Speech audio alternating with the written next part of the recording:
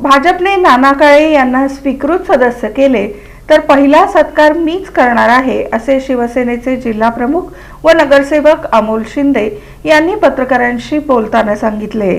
नाना काळे यांना भाजपकडून स्वीकृत सदस्यपद देण्यात येणार असल्याची माहिती आहे। याबाबत आपले म्हणणे काय, असे पत्रकारांनी विचारले असता अमोल शिंदे म्हणाले की भाजपने काळे यांना संधी दिली तर स्वागतच आहे। ते स्वीकृत सदस्य झाल्यास पहिला सत्कार आपण करणार आहोत। काळे यांना स्वीकृत सदस्य केल्यास मराठा समाजाला न्याय मिळणार आहे। महापालिका निवडणुकीत भाजपने नाना काळे यांचा वापर करून घेतला।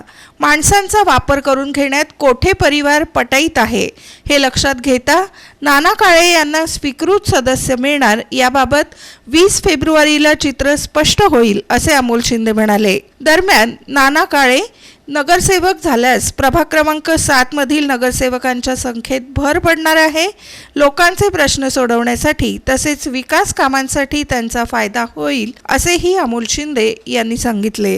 त्यांचं नाव येत असेल तर नाना काळेंचं नाव येत असेल तर स्वागत आहे, कारण खरं तर नाना काळेंना दिलं पाहिजे या मताचं मी याचं कारण आहे। नाना काळेंना भारतीय जनता पार्टीनं वापरलंय इलेक्शनला, त्यांना तोफला दिलंय, तर आता जेवढं जर त्यांना दिलं असेल तर भारतीय जनता पार्टीने नाना काळेंना स्वीकृत दिलं पाहिजे।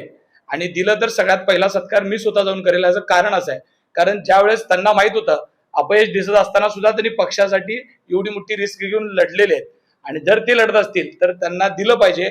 आणि जर दिलं नाही तर त्याचा अर्थ असा होईल की हे फक्त कसं लोकांना राबवतात, वापरतात, ह्याचं परत एकदा उदाहरण कोटे परिवाराकडनं म्हणजे देवेंद्र कोटेकडनं लोकांना दिसून येईल की योग्य वेळी कसं माणसं वापरायचे असते, हे आमदार देवेंद्र कोटे परत एकदा या 20 तारखेला परत एकदा सांगतील।